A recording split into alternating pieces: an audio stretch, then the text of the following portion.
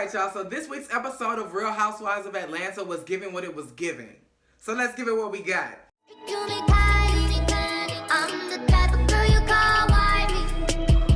What does the cat do?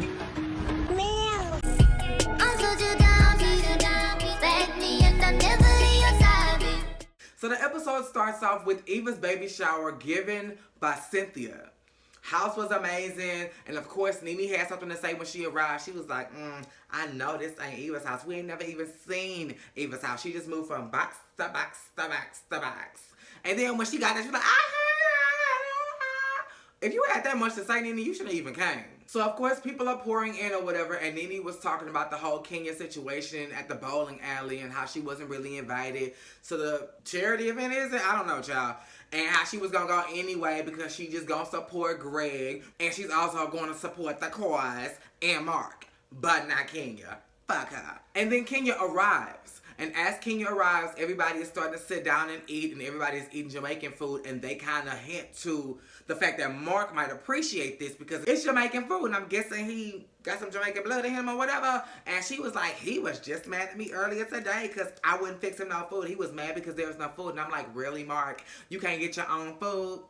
And Tanya said, oh, this is my chance, huh? She was like, okay, well, honestly, outside of love, and I love you, most important words is, baby, what do you want to eat? What's for dinner? You know, let me cook for you. And Eva was like, girl, that's exactly it, And Kenya gets in her confessional, oh, she wouldn't know. My plate is so much busier than hers. I am a wife, and I am a mom, and that's all she named. She didn't name Kenya more hair care. She didn't name the little workout video. She didn't name shit but being a wife and a mom. And I know that those two jobs are just like no other.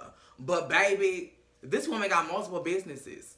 And she too has a partner. She just ain't wearing his ring and bearing his last name. Now for the first game. The first game was to suck the liquor out of the bottle, and whoever finished first was the winner. Everybody was like, I nominate Kandi and I nominate Portia. And Kandi got in her confessional and was like, bitch, I'm the only open freak amongst these girls. But oh, y'all got some freaky skeletons in y'all closet, so bitch, don't pull it. So they was like, on y'all mark, get set, go. Tanya was about to win, but Shamia had cut a hole in her body and was like, I won. I wicked. And even Portia called out. She was like, it's a hole. Let me see. It's a hole in her stuff, y'all. They was like, fuck it. But nobody was listening to Portia, and they gave the award to Shamia. Next was the toilet paper dress. You had to design a toilet paper dress for Eva. Tanya was wearing a dress designed by Marlo, and it was giving what she was giving. She had a little purse and everything. And Kenya was like, her boobs out. Now I had that.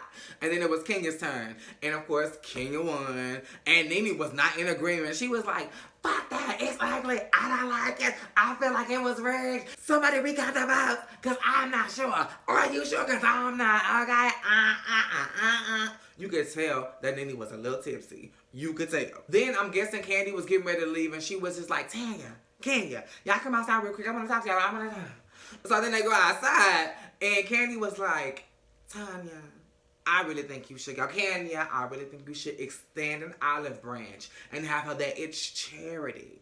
Have her come. And so Kenya was like, I had already apologized for calling you a cunt or whatever, but yeah, I think we should put our differences aside and yours shall come. And Tanya was like, that's all cute, but I doubt very seriously that Paul is gonna want to come because, bitch, you pulled a fast one with this fantasy, this facetious ass rumor you started. She was like, to you. No, bitch, it wasn't to me. It was directly to my man. That's what happened. And Kenya was trying to clean it up. Well, Mark and Greg could put their differences aside between me and Kenya, and I don't even know why Paul is getting involved in women's mess anyway. And Tanya got her ass right on together. She said because it was about him. It was completely about Paul. It was all about Paul. So why wouldn't he be involved? And that just goes to show you, Kenya was hell-bent on getting Tanya back by any means necessary. She didn't give a fuck who was collateral damage. If you gotta fall, if your neck gotta be stepped on, so be it, bitch. I'm gonna get this hoe back for making me feel embarrassed behind a hair clip. That's what your primary goal was. And Kenya had the nerve to end it with, if she wanna keep her away from something so positive, then that's on her. Stop trying to turn this around like, and that says more about Tanya. No, it says a lot about you. It says absolutely nothing about Tanya. And if it does, it says that she's willing to take up for her man and stand up for what's right. Nah, bitch, you don't get to do what you do to him. You apologize for calling me a cunt. You never apologized for this whole fiasco that you drug him into. You mad at me, bitch. But you felt like it was going to affect me, so you did that to him. He ain't do shit to you at all. The fact that we ain't married ain't doing shit to you at all. You trying to hurt me, and that's all you care about. So, bitch, fuck you, and I'm with you. Kandi is auditioning for a role on The Chi, and the audition is for a character named Dre. That's a soft stud. So this is, I don't know. I mean, I'm with her friends. She do give a masculine energy sometimes, but she is very feminine, very. So Don Juan was her reading partner and was like, you dabbing back into the girl, you tapping back into the girl, I need you to be manly, I need you to be manly. But baby, if y'all was listening to the way that Don Juan was reading his lines, bitch, I don't know who was really auditioning for the role, because Don Juan was like, if I gotta piece this house together brick by brick with duct tape, bitch, I'm gonna do what I gotta do to not have you with my child. Like, he was giving. He was giving. Then they talk about the fact that not only is there a sex scene in this, which may lend itself to the fact that we might be seeing Kandi's titties sometime soon, but it's also requiring her to film around the same time that her surrogate baby, her love, her bundle of joy, her new daughter, Blaze, right, is due. So that's, you know, a dilemma in itself. Todd is super supportive, so she feels like she has to go the extra mile to support him in his endeavors, because he don't never stand in the way of her getting her bag. And baby, you better not, because Mama Joyce ain't having it. Kenya goes to hang with Cynthia at Lick Billy, child, and they get to talking about Mike and Mark. And Cynthia basically was filling her in on the last time we saw Mike, which is when they fell out in that kitchen right before his flight. And she was like, it's just weird. You know, I don't want that energy between us. We need therapy more so because I need to learn how to communicate better. I've never gone to therapy, but I feel like premarital therapy is therapy. I sound like I'm from the DMV, honey. Premarital therapy is something that is really essential to this relationship, because we need to work some shit out before we walk down the aisle. For real. But then when she got in her confessional, she was just like, I'm a little skeptical about therapy because, baby, like, how many layers can be peeled other than what I found out in this goddamn book? And y'all are really plugging the fuck out of this man's book. At this point, I want to read it. Y'all done talked about this goddamn book so much. Was that in his contract? Because y'all making that a storyline.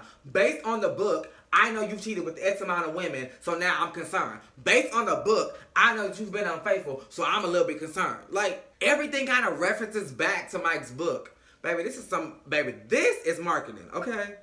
Everybody finna go out and get this goddamn book to find out what the fuck he been doing. And Kenya was like, girl, you are singing my love with his song, because that is my life mirrored. Like, me and Mark, he never wants to argue. He never wants to communicate. If we have a difference in opinion, he either blows up at me or he avoids me. And that's just how we deal with something. I just don't want to make him angry because it's going to lead to that. Like, girl, since we've been together in 3 years, that man has apologized to me once. Just once, but I'm not here to talk about me. I'm not here to talk about me. I want to talk about you. And Cynthia was like, I have a good man, but what about you? And then Kenya, not even realizing she was circling back to her relationship, subliminally was like, and I'm not talking about you, so if you're not talking about Mike, you gotta be talking about Mark. She was like, I'm not talking about you. I don't want you to feel like I'm targeting your man. But does a good man cheat? Does he hurt you? Because if you're a cheat, that means you're a liar. And I don't want no liar. And I've never lied to Mark. Kenya, who said you did? Whoa, slow down. Nene. So Nene is packing up to go to New York to go to the Wendy Williams show. And what do you know? Wendy Williams calls. And so now they kikiing on the phone or whatever. She's talking about Kenya and, I don't know, girl. I'm trying to make up with everybody. But she just wants the drama. She wants drama. Everybody else is okay with many of the differences. But Kenya, so, I can't wait to see you, girl. I can't wait to see you. So then they get to talking about hot topics, and Wendy is just being Wendy. Oh, girl. So it's Portia and Dennis back together. Oh, are they men and their differences? Oh my God. So I heard Todd and Kandi not getting along behind this surrogacy. Okay, so they good too. Okay, cool. So girl, you hold on to your wig and your beautifully money well spent face. And Nene had the nerve to say on national television, bitch, please, I ain't never had no work done on my face. Nene, you got a whole new nose. Like, no.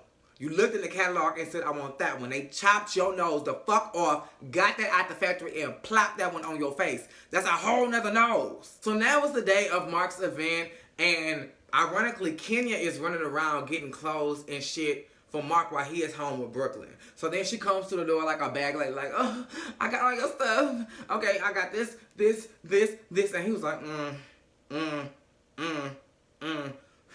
Okay, let's talk about seating. And she was like, seating is already done. He was like, no, I want to mix in. I want to mix the Housewives with other people because they actually paid and I'm giving these fucking tickets away. So no, bitch, the seating won't be how I want it to be. And she was like, oh, but he was like, ain't we done filming? Because, bitch, I can say what I had to say. So now it's the day of the event, and everybody's, like, pouring in, but the first people to get there is Cynthia and Mike, and I'm finding out that Mike is hosting the event. So as he's talking to the founder of Black Men Lab, Mark comes in, not to interject and say hi to his host, but to pass him up, speak to everybody in the room. Then when everything was done, was like, oh, hey, Mike. Bitch, if I wouldn't have been paid already, I would have motherfucking left. Because, bitch, how dare you? Okay, bitch, I'm the host. Outside of you and Black Man Lab, I am the most important thing here. Then Eva and Mike arrive. Mike Sterling, her husband. So as Mark is talking to Mike, he's like, yeah, man, you know, this is what the event is about. You know, I really wish I could have gotten in touch with you earlier because I wanted all the men to speak. And he was like, man, I'm so sorry, man. I've been so busy. He was like, oh, okay. So you gonna speak? And him and Eva looking at each other like, bitch, I just... what? He was like, nah, you know, I know I'm not stepping on your toes because you public speak for a living. So just go out there and do what you do. And Eva was like, damn, bitch, a heads up would have been nice. Like, he public speaks for a living, yeah, but that is prepared. You want this man to just speak off the cuff? And where is my coin? So finally, the woman of the hour arrives. And it's crazy because she was calling herself the hostess, but we already got a host, so we don't really need you. But she was just like, I'm here, baby, I'm here. And the first thing Mark said to her, instead of, you look good, baby, and she looked, with that short hair, mama, you looked good in that gold. Kenya, you looked, let me tell you, you looks good, bitch. The first thing he said to her was, so you had the security waiting for over an hour and a half for you? And she was like, he's secure. I'm here, hello, like, oh, girl. So then Portia and Dennis arrived with their +1. Tanya said, bitch, I didn't even run this shit by Paul. He think I'm going to a cocktail party. No, we're not gonna even pull him into this. So let's get our seats. And that's when they found out that, baby, we ain't sitting together. We at 2 different tables. So Tanya like, okay, I see what this bitch doing. Okay, but when they get to the table, they find out that Shamia is one of the people that was supposed to be sitting at the table. Shamia's a no-show. So they're like, ow, okay, you could just sit in Shamia's seat. Baby, Kenya got up out the seat and was like, these 2 seats are for somebody else. You gotta sit in the seat that I assigned for you, bitch. La poof. So Tanya, I'm thinking, is at the table with Nene and Marlo. And speaking of Marlo, as the man singing, amazing, great,